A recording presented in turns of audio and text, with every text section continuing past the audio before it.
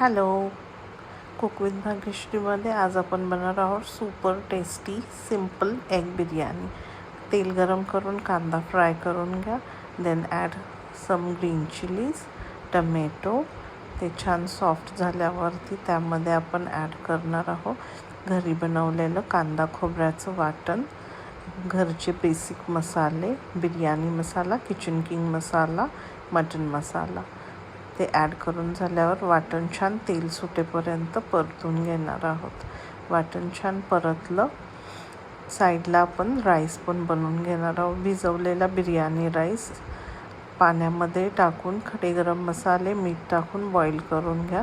मसाला fry झाला की अंडे टाकून मिक्स करा.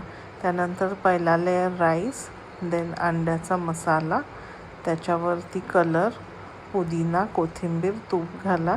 बिर्याणीला दम द्या. हेल्दी टेस्टी यमी बिर्याणी तयार आहे.